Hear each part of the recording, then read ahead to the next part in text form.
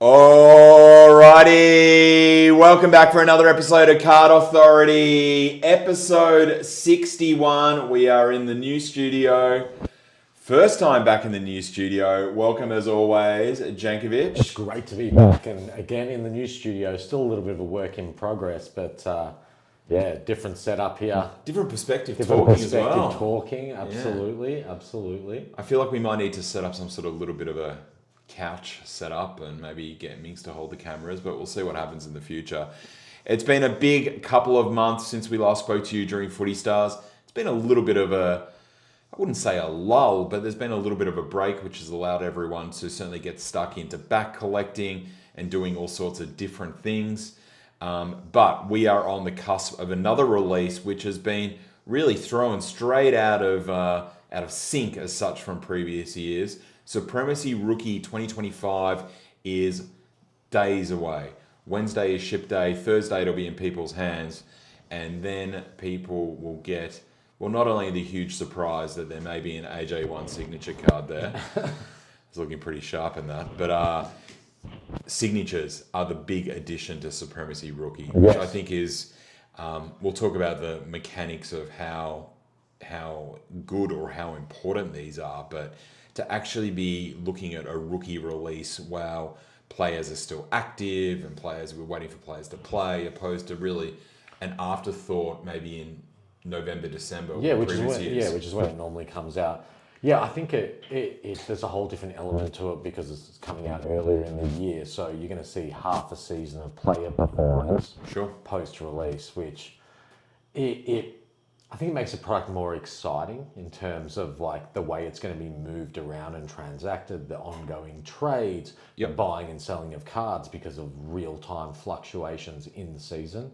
Yeah, and I think because we've always said Supremacy Rookie is it's not a speculation product, but the market is moving into the direction of speculation. Yeah. And it's not that DPSs and Rookie have missed that, but sometimes the speculation gets quashed just because it's so late in the year. Yeah. Whereas you're looking at some of these young players that are playing at the moment and they're hot. Yeah. They're super hot. And it goes the other way. Like there's players that get found out really quickly and early on as well. So. G'day Brad, g'day Glenn, g'day Jamie, Alexi, how are you?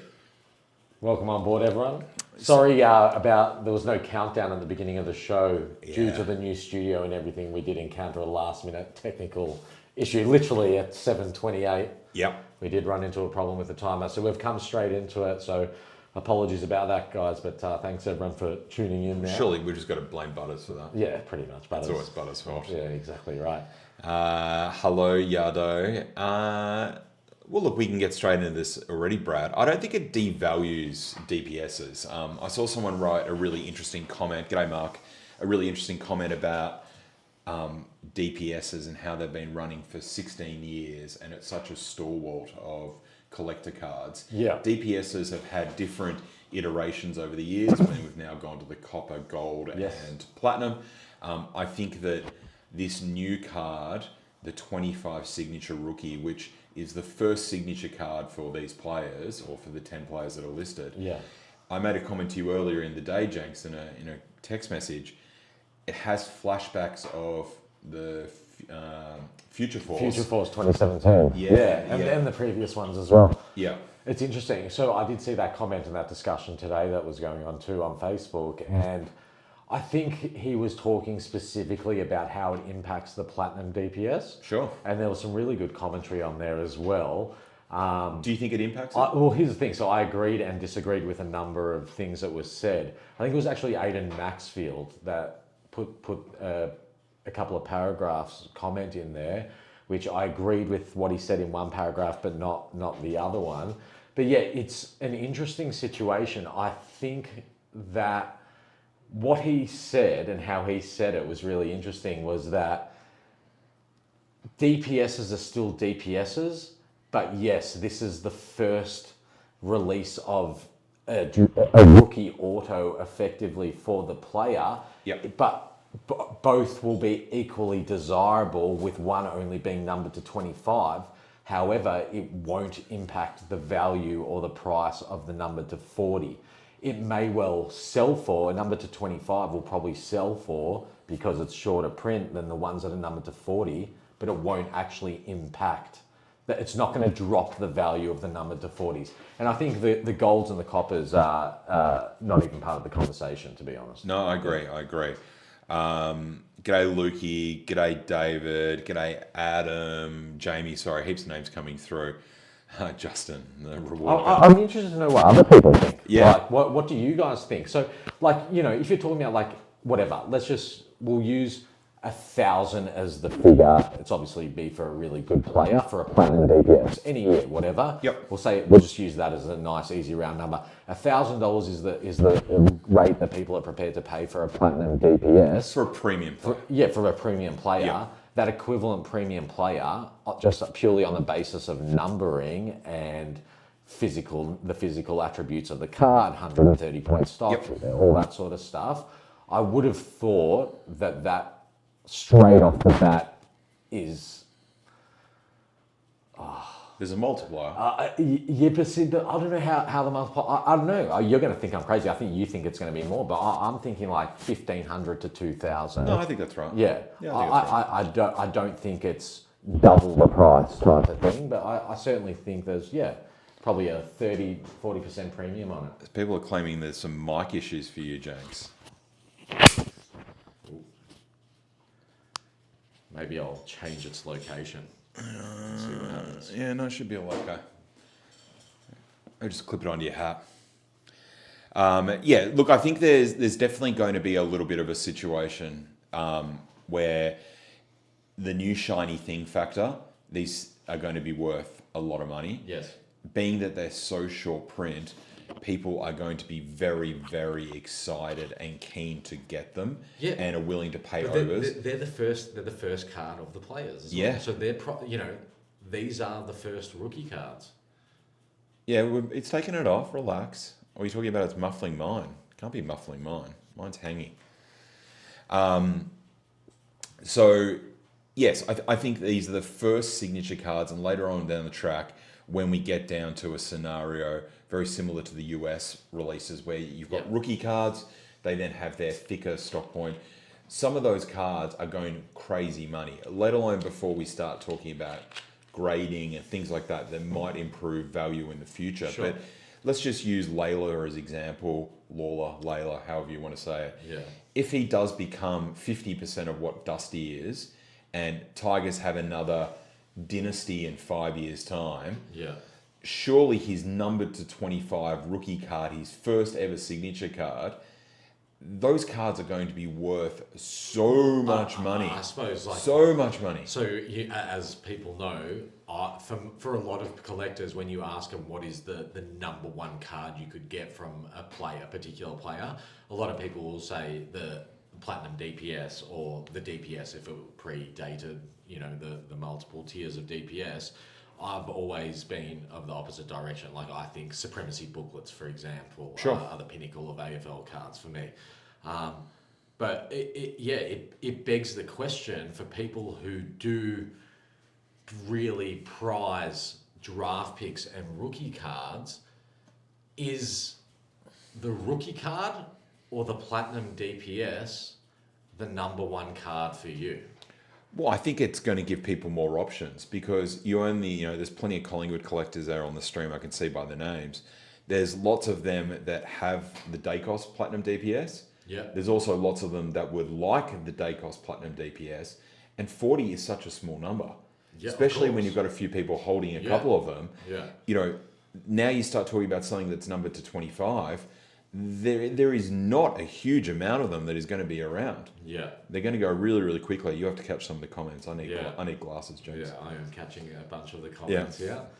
Justin says, beauty of the rookie series, you'll always get gems, but until the players build their CV, who knows? It's speculation. Absolutely, David Justin. Steinberg says, think about how much a National Treasures or a flawless RC auto for a top NBA rookie goes for. Show me the money. And David, that's right. You probably have put some context to what I was saying. I'm not as familiar with the specific releases, but that's right. Alexi's probably a great example. Alexi says rookie 25 autos will rule supreme moving forward. Alexi's probably a good indicator here as well from one of the newer collectors. He's come in the last couple of years. Yep. Big collector, big prize cards, has some serious cards in his collection. And I think a lot of the newer collectors are of the same mentality that those, the rookies and the DPSs are still the nut cards, we'll call them. Absolutely. Within their collection. So, yeah. Alexi, get back into retirement. You'll have to read these. It's too far away Jason from me. Duncan says, depends a lot on the players' signatures. Look at Jack Higgins' sig out of Future Force compared to his signature out of Series 2. Absolutely. And for those who are blissfully unaware, Future Force is a series that ended in 2017 and started in 2012. And that was players not in their jerseys because it was all done out of the back of the draft combine, basically. And players were photographed in their whatever, Vic Metro, Vic Country, whatever their state jersey was for the draft combine year. And there was a tier of signatures, which probably effectively inspired the DPSs, to be honest, because they had silver, gold. No, it was gold, green, gold, platinum, and green. Yeah. So they had gold, platinum, and green, and the greens were numbered to 25. And the players, they're kids. Like, they are kids at the time. They're all 17 years old when those are created. Yeah. And those cards are so hard to get. Some of the players represented are impossible to get. So that was 2017. And the years before that as well, they were numbered to 30. Yep. There was gold ones numbered to 30. So it's... the rookie thing's really interesting because there was always a conversation had at the time when we used to talk about this years ago was... if these players weren't in state jerseys and they were wearing the jerseys of the team that they were drafted to, how much would those cards be worth? And the mindset was always the cards would be worth a lot more. Sure. So the rookie to 25 is the first real test of the market and really where the mindset is and the sentiment around that fact. And also, I think that the other thing that we forget about is that, Jenks, obviously you own Select. Yes, of course. Series 2 is probably or historically not coming for a couple of months. We're going to have these cards now for people to speculate on in the middle of the season.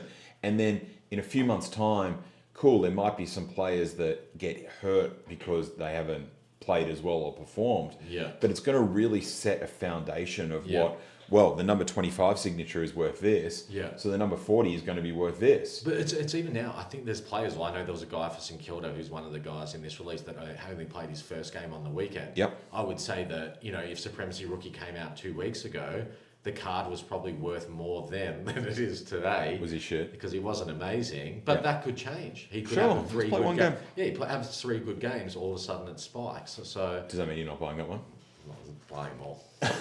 So I think while we're talking about the comparisons of DPSs and also the 25 SIG, let's talk about where this is actually going to compare with the 25 non-SIGs. Yes. So we've always said that the premium players and the top draft picks have held value. Yeah. There's been some interesting things with Jamara and also Horn Francis. Yeah. But Sheasel's held well, Dacos has held well. Some of the big players from big clubs have held well. Yeah. Is this going to have significant impact on the non-SIG 25? Is that the rain? Yeah, that's the rain out there. Yeah. They won't be able to hear it though. No. Well, here's the thing though, rookies weren't a thing until the last 4 years. Since COVID basically, that's when rookies have become a thing. And the value of rookie cards, which were previously just, they were just regular. Nothing. Yeah, whatever they were, regular cards, numbered 460s, or there was specific subsets of rookies.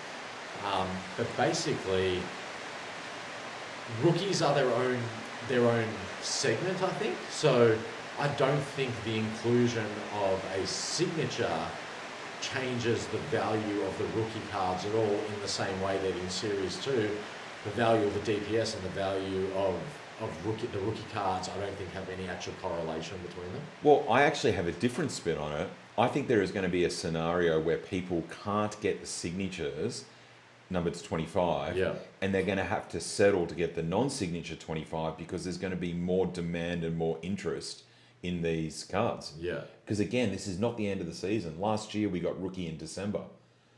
Right now, sitting here in June, if you can't get a Layla 25 SIG, you're going to be absolutely thrilled to get a Layla 25 non-SIG. I might just read off a few of these Go. comments we've got here. David Simek says, that's more about player performance rather than the actual value of the particular edition released, Jason. That can happen in AFL as well as, I must have been a comment about it, doesn't matter. Selwyn says, just look at the rosy reds from Future Force, another great example. So there was red parallels, numbered to 40 in Future Force as well. The same one that had the 25 SIGs in them. Read cards next to flop added JHF and Jamara, says Simon. Layla will be the showstopper, says Simon. Yeah. AJ has 16. I want at least 16 of them. Just scroll up a couple of notches if you sure. On the comments. Oh, g'day Ricky, how are you? Paul Glass says, I'm really looking forward to how the market is with the new SIGs. Yeah, great. Supremacy rookie SIGs are going to be huge come 24 to 36 months, Jared Smith. One thing I will add, yeah. the difference about this draft class is it's very good. Yeah. Last year's draft class was pretty fucking average. Yeah, it is a decent draft this class. is a deep draft class. Lots of players at lots of places. I think. Oh, sorry. Vilchansky. Scroll down one notch. Yeah. Yep. Ben Vilchansky says, quick comment from me. I think I disagree. The 25 will be significantly dent the price of the number to 40 DPS because how some people will choose between one or the other because the 25 is the new and shiny card. People will prioritize buying this. As iconic as the Platinum DPS is, these cards are simply elite, lower print, and part of the rookie supremacy subset. All valid points there. But the difference, Ben, is people want both. And also, they're not coming out at the same time. Yeah. Historically, we've been seeing DPSs and rookie so close together. Yeah.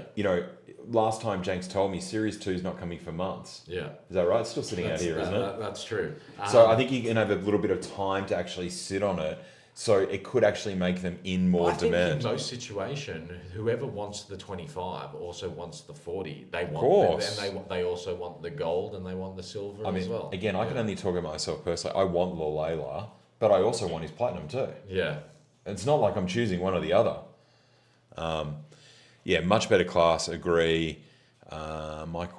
Top 10 autos will be hard to come by. Their price will not impact the 25 green and non-6. Bobbleheads. We do need some bobbleheads. We'll get some, Ricky. We'll look into that. So look, it's an interesting scenario. There's a lot of talk about the Pelican card. Everyone's very keen to get the AJ. The big Pelicano card. The one-of-one AJ Pelicano. Yeah. I need Jenks. I just hope that Jenks has actually put it in the print run and some lucky person. Imagine you got that card in your box. How pissed off would you be? No, you could sell it back this to old AI-looking guy on the front. Yes, I would say they will, Marty. Do we even know if Select are going to retain the current format of gold, copper, and platinum? Everything that I've been led to believe that is staying the same. But you have better access than most. You will see when people start signing them, Marty. So you'll probably be able to give us the insights on that. Yes. But everything Jenks has told me that he doesn't actually own Select, if anyone's wondering. But yeah, everything that I've been led to believe. I would think if anything, they'd probably add more. Like, I don't know, they seem to be doing more rather than cutting back. So, but with that being said, there's 25 SIGs in the rookies, so there's probably nowhere else to go with the DPSs anyway. Who wouldn't want to have a one-of-one AJ? You're right, Simon. There you go. But I think everyone's got so used to it now because, now that they have the 3 tiers that allow people to collect at different levels, I could maybe see an argument that they get rid of the golds, but I think the copper and the platinum, I can't see why they'd ever go. Anyway, do you want to read these? Yeah. Tom V, one for later. Any guesses on what the golden ticket will be? That's funny because the golden ticket's just been in conversation for a long time. A few people have speculated that, and it's been, I've seen and I've heard the rumours, seen the messages that it's 2 tickets to a St Kilda home game of your choice at Marvel Stadium. With Jenks and his sitting kids. with Adam Jakey and his children on the wing, level 2 front row in the St Kilda Social Club. Ooh. That's priceless. Is that just for the St Kilda gold ticket for every club? Yeah, and I will get you however many meat pies you want on the day. People want them all. Come on, this edition only. Good thing for collectors. Great draft class to kick it off with the Pelicans card on the next RGB Black. Yes, very good. Hey, this is not a sales thread. Corey and Nathan, go and Do your bidding somewhere Yeah, else. go and do that somewhere else. Talking about sales threads and bidding, though. Hang on. No. Before you jump off to some tangent. All right. Can I just step back and say the market has very much been looking, we like to talk about where the market's at. Yes. And it's been a quiet couple of months. The last couple of days since Rookie has been announced, it feels like so many people have been reactivated again. People are doing sales posts, people are buying, people are trying to get boxes, people are getting into breaks. Yeah. There's all these different It's things been a going long on. time between releases, though. It feels like it's been a long time. And as a result... And a long time between hobby releases. Remember, people are doing their sets so quickly, as has been the trend the last couple of years. People are pushing through sets super quick at the start of a release, and then they're hanging, and then they sort of just drift off. Yeah. And I think that there's a lot of that has gone on. People have, because they haven't been engaged by the card community as a result of lesser interactions, lesser content. Other things to do. Yeah, but it also means that it's not firing up on their timelines every time they open Facebook. Yeah. You know what I mean? So as a result, it's at the back of their mind. They're not being subjected to it. So again, every time a new release comes out, it stimulates everything and stimulates the market. But yeah, look, there's no doubt about it. It's definitely been a bit of a lull, and there was an expectation for it to happen. Well, normally by June we're ripping cards. Yeah. That's generally happened. Yeah. So I think it's really good, and well done for Select for getting something going. Obviously, it's taken a while, but it's certainly worth it. Yeah. This guy is. You agree? I don't care. If it wasn't the SIGs in this release, I think it wouldn't have been as big as we have expected. Yeah, Stevie, I think it's good that they're, again, trying to generate and do some new things. And we've always said that, you've got to shoot your shot sometimes, and Select have to try things to keep diversifying and keeping people's interest, because you can't just keep printing the same sort of cards over and over again. Otherwise, people, it gets bit repetitious. Yeah. So it needs to be different things. Absolutely. Some really good commentary coming through at the moment.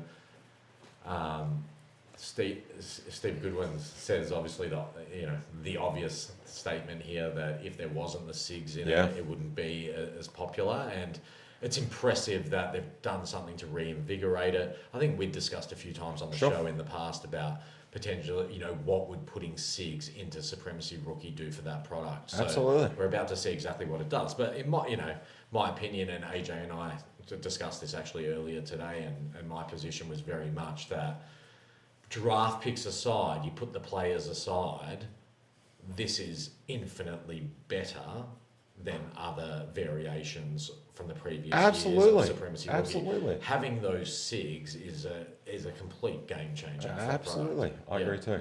Yeah. So we might as well tackle the pelican in the room. Yes.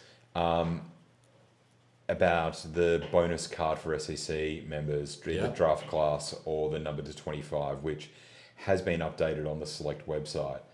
Thoughts?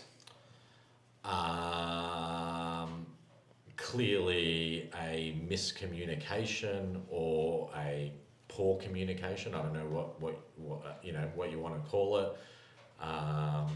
Annoying, but it is what it is the situation. So am I right? So initially it was announced that for SEC there was going to be a bonus card. It was either going to be a draft class or a number to 25. Because the ratios and the collation dictated.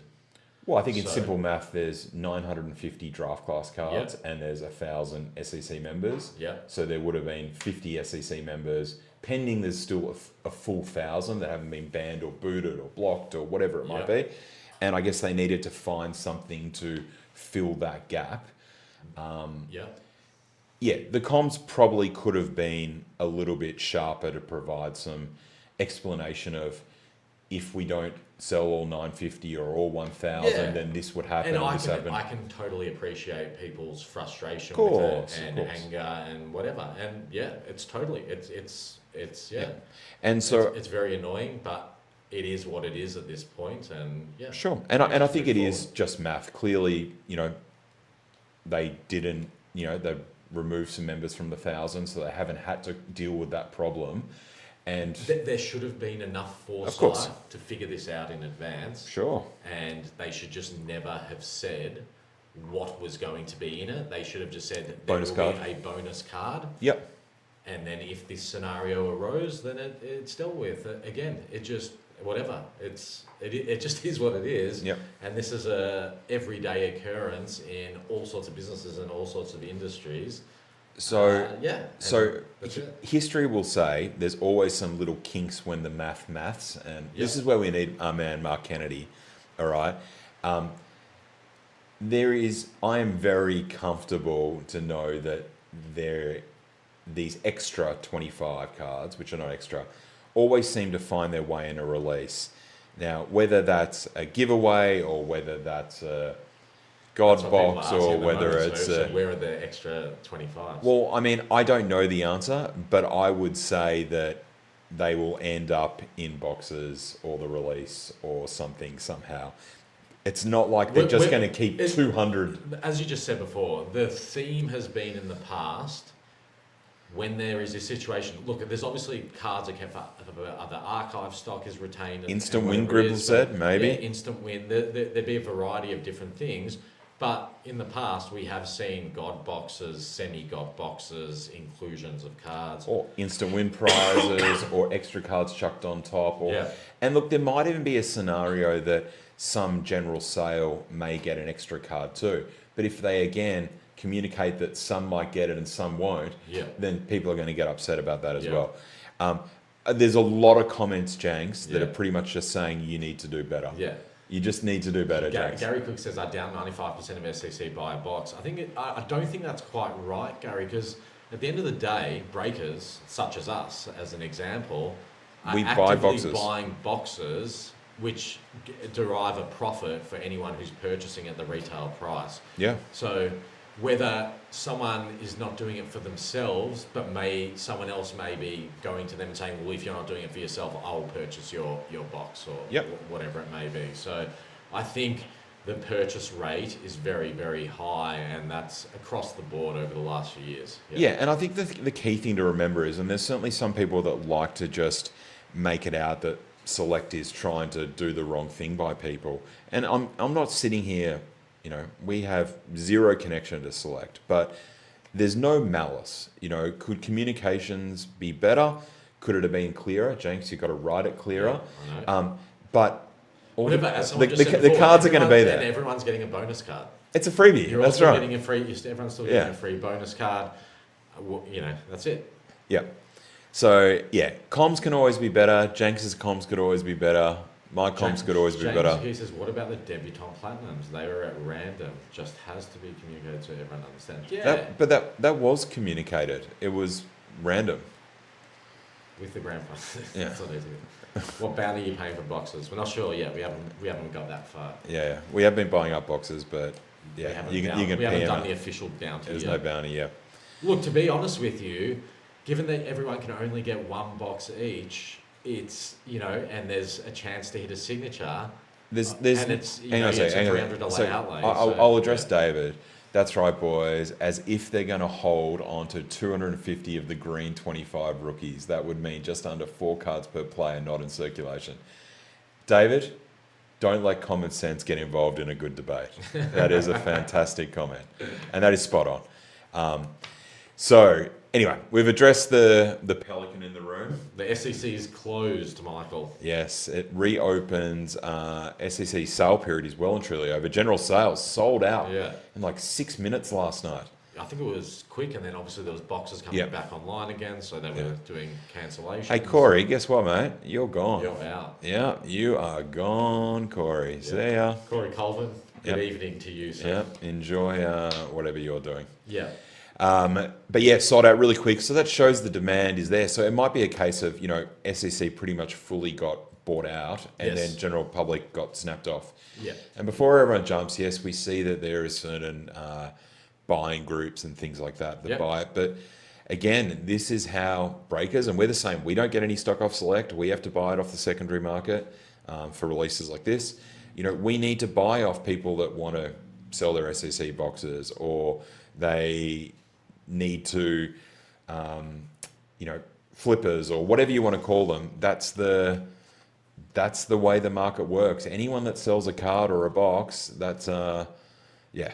And look, as I've always said in the past, it's there is a significant amount of people within the card community who purchase their boxes, sell them at a premium, and then reinvest the money back in the cards and back in obtaining the cards they want for their collection. So yeah, how many sandwiches in the basket? Yes, Matt. How shit was that capture? Yeah, I copped a triple capture. I got triple capture. The sandwiches in the basket. Sandwiches in the basket 3 times. Because I kept looking for the sandwiches to match up. But it was easy because it was like color, like they were the only. Yeah, it was easy, but I had to do it 3 times. It was very frustrating. Yeah, it was very, very frustrating. Let's move on from the rookie. It's going to be fun. It gets released. Wednesday is ship day, so no one's going to have stock. Thursday, boxes will start arriving everywhere. We certainly know we will be driving around getting boxes, and look forward to getting stuck into breaks at RGB Breaks. But yes, where do you want to move to next? So the other big thing that has been going on that certainly we have been involved in and very much involved in testing I know what you're talking about, yeah. Testing the market and everything for it. We've obviously been hit up by a lot of people, both in person and then on messages and stuff as well, asking about it and how we're doing it, what it is and all that sort of stuff and how it's impacting the market and what it's doing. So yeah, I thought obviously a good opportunity here to discuss maybe a little bit and explain a bit more about the whole whatnot situation. Sure. What it actually is, what we've been doing with it, and how we think it's been impacting the market. And also how the market, obviously we've got a lot of people that have been using it live on stream. So for people that have been living under a rock, Whatnot is a new platform that it's new to Australia. It's new to Australia, but it's basically get your cuzzies in, yes. It's basically a live auction and breaking platform. Really good technology that allows you to. Not designed for cards. It's for anything. Yeah. It's for anything and everything. Yep. It's a marketplace. It's an eBay competitor. It's basically an eBay competitor, but it's all based on visuals, video, and real-time application. It's like Instagram and eBay linked together. Had a cuddle. Yeah. And real-time auctions.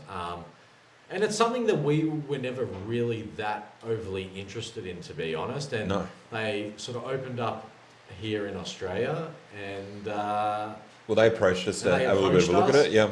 And convinced us, hey, can you guys try this out? We've got no one really in AFL at all. Yep. NBA and every other type of card category is massive. And yeah, we had a conversation with them. We decided, fine, let's test it out and see what happens. And to be honest, I was very pessimistic about it. I was overtly critical about it to begin with.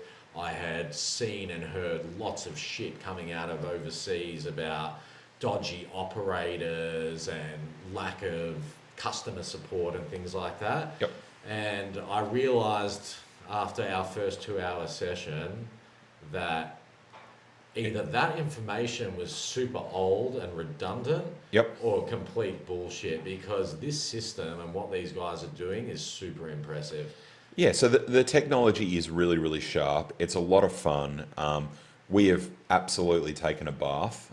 You know, we've certainly, anyone that's been on the RGB streams has certainly picked up a lot of bargains, but it's so intuitive, and the banter and the fun that you can have is great. I think there's lots of things they can add. That's a good point, Nathan. Yeah, they need to add PayPal because a lot of people, it's very quick to purchase and it's straight from your credit card. Yeah. But having other payment options, I think maybe it might be due to a login issue that you have to, because you're just basically swiping and paying, it's so quick. You'd have to log into PayPal and it would break the process. It's interesting. Lee says surprised. Dale, I'm sure. Well, Cherry is all over it. No, Dale's definitely got on it. What's interesting is a lot of people, and especially all the Australians now, are doing breaks on there. But for us, it's different. We are the AFL cards, and the AFL card market is community driven. Yep. It's not financially driven. It's actually the community and the engagement of the community that underpins it. So for us, for example, we looked at it in the way that our Facebook community is engaged with our breaks, but it engages in a way that it's not just a transaction, it's not just transactional. Yep. It's part of something that people participate in and get enjoyment out of as well. So, yeah. And I think for established businesses, there's pros and cons of all the different mechanisms of selling on it. Yeah. But for any of you ladies and gents out there that want to, give breaking a try or selling your cards or whatever, you no longer need to have an established community. You can sign up as long as you get approved and things like that. Yeah. The software allows you, and it's so intuitive. And this is certainly not a paid promotional piece or anything. We're just talking about our own experience, but it's going to be a game changer. We may not use it forever either. Who knows? We're being driven by the market again. We weren't that confident in it. Yeah. And then bang, first show, all these people just jumped on. Everyone got involved in the conversation. Everyone got involved in the auctioning and buying cards. And for those who are unaware, we basically do these $1 no reserve auctions, and it's anything from cards that are worth a couple of dollars to cards that are high-end big hits, big hits across all series. And I suppose that brings to the next point, which is the data and the technical side of things of what's going on with the market here. And what our discovery is people who would otherwise not be going on eBay and buying cards at auction or even buying cards through Facebook are enjoying being involved in the auction process.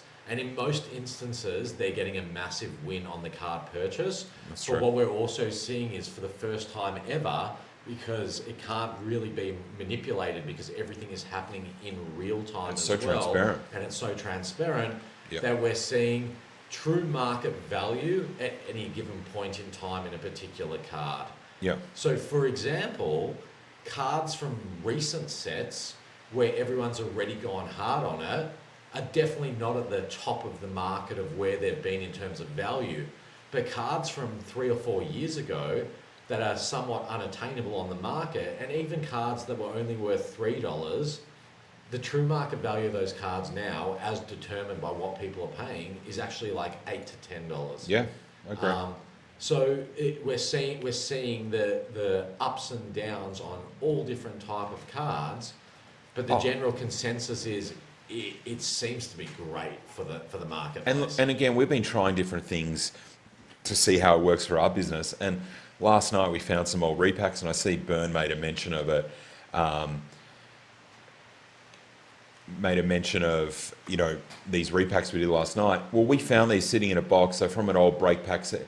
Mate, the laughs and the carry on that we had last night, the engagement level is amazing.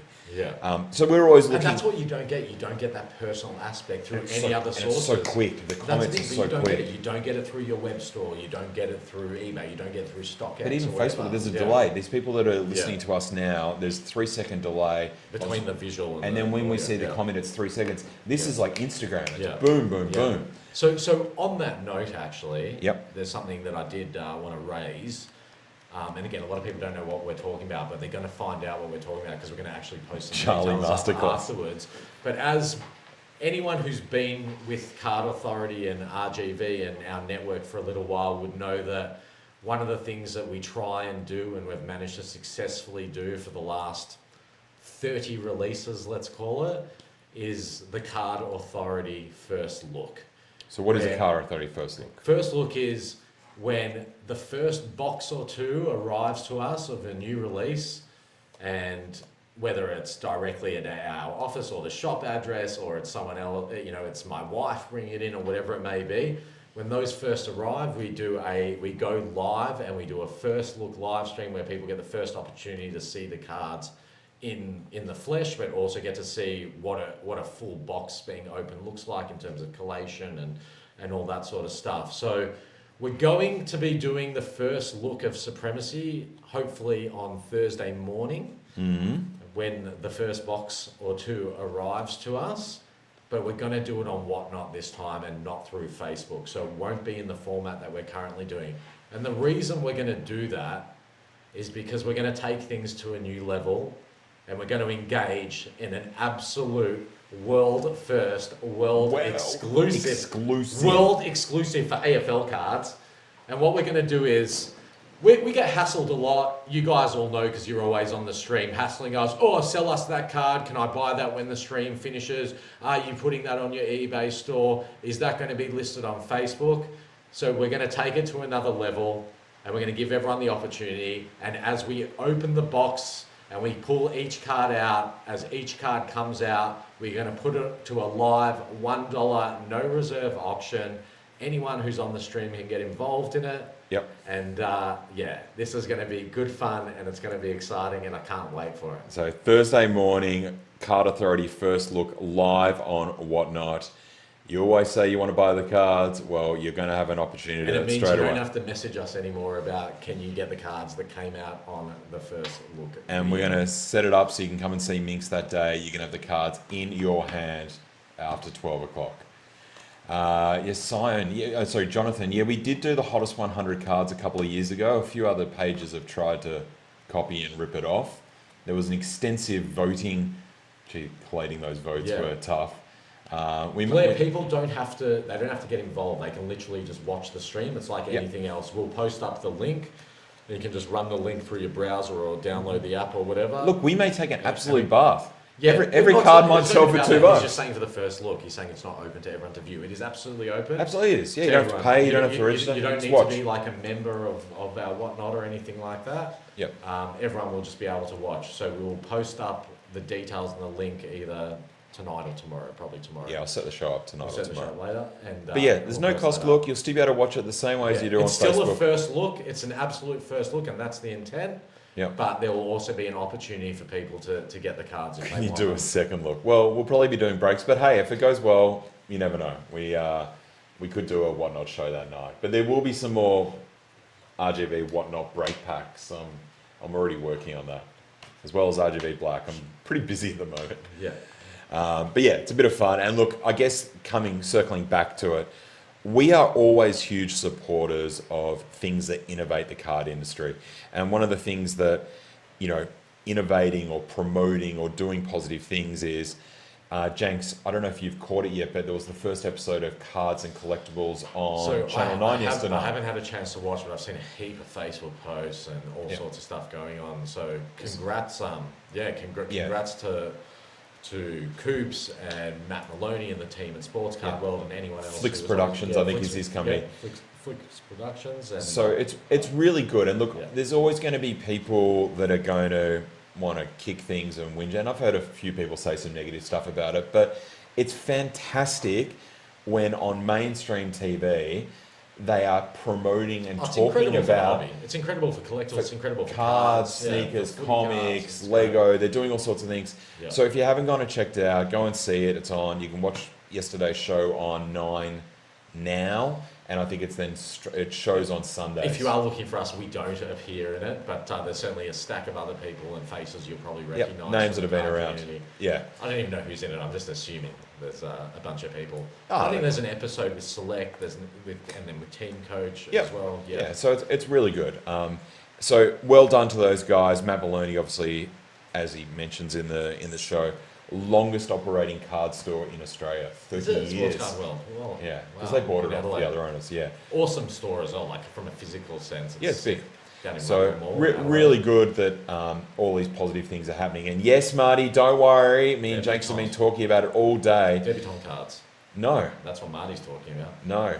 You can't read. He can't read. He says, another new thing since the last episode was debutante cards. Fantastic initiative. From Select and great quality. So let's talk about that, but there's also something else that Marty posted on socials today that I actually did order. I ordered glasses today. We do want to talk about it today as well. Yeah, debutantes. I think they're good. Hot, right? They're good. They're good. They've come out super hot. And right? I like the idea of the platinums. It adds something to chase. You can only really get them if you go and order the other ones. So there's a bit of pay to play. And again, anytime you can start getting, that's the biggest criticism of Footy Stars, is that it doesn't have the new players, the rookies, whatever. Well, now you're getting them by middle of the year and you're getting numbered cards for them. It's great. And it's better than a highlight. Yeah. Better quality. The platinums look amazing. Yeah. Really good. But the other thing, which I thought Marty said that I can't read from this distance, is Fanatics Fest over in New York. Yes. Jesus, they have They've gone all Fanatics Fest is serious. Literally every single person that they have on their roster, Tom Brady, all this kind of stuff, they were all there. It was insane. $1 million Pokemon collection. Yeah, that was on yesterday's episode.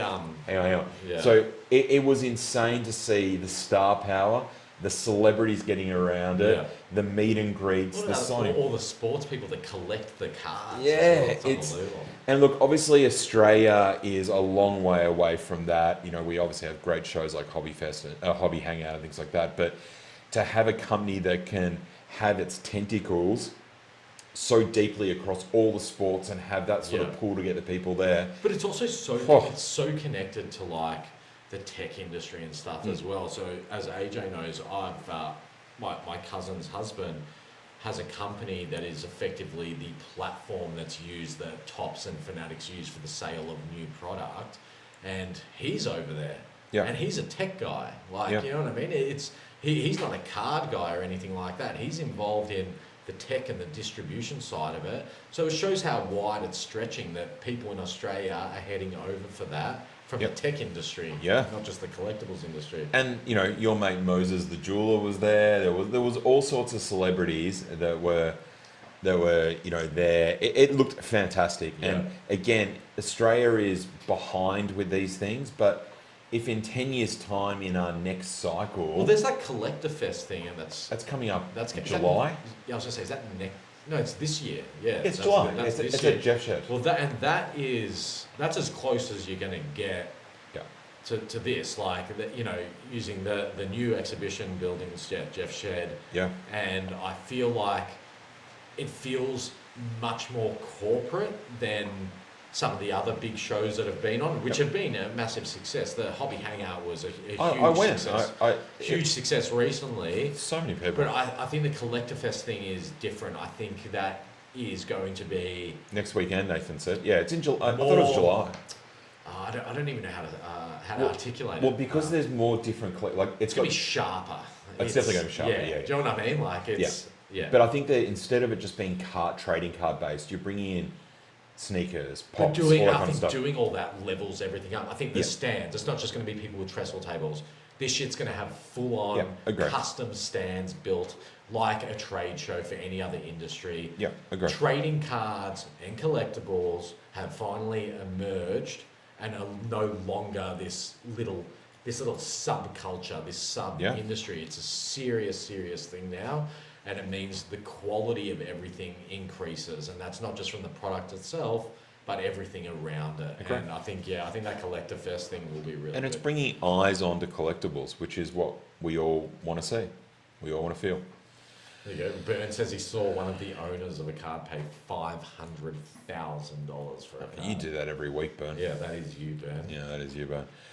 All right, well, look, it's been great to get back into the new studio and talk cards. We are on the cusp of a new release being Supremacy Rookie 2025. Keep your eye out for the one-of-one AJ Pelican signature card. Will we see it in the release, or will it be a special print that Jenks will have to do for us?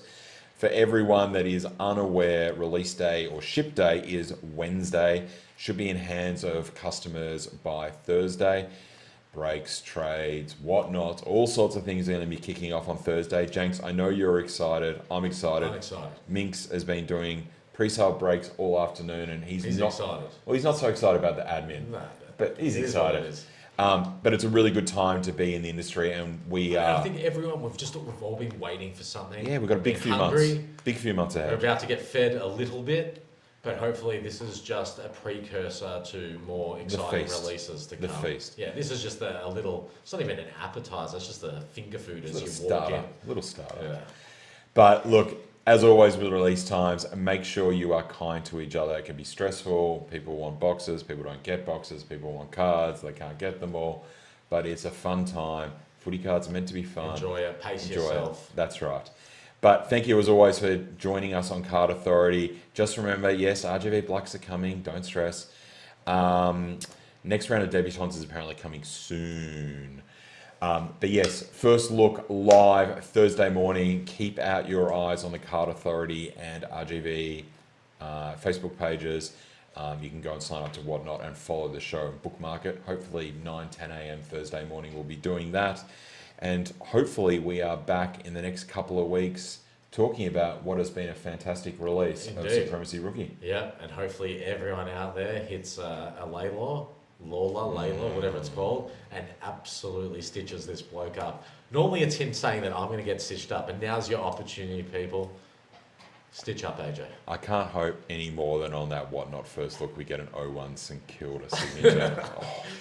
Oh, please. We are committed, by the way. We did discuss this. The first thing that we both said to each other was, well, what if the card that we want comes out and both of our teams have half the SIGs? Oh. And we both agreed that we're going to suck it up and it's going out there, and that every card that comes out in the Whatnot stream is going in that first look. It's going in. Yeah. It's up for grabs. All right. Thanks, guys. Thank you very much, Thanks, Jenks. As always, good. Thanks for your interaction. Love the questions. Be kind, be safe, and take care of each other.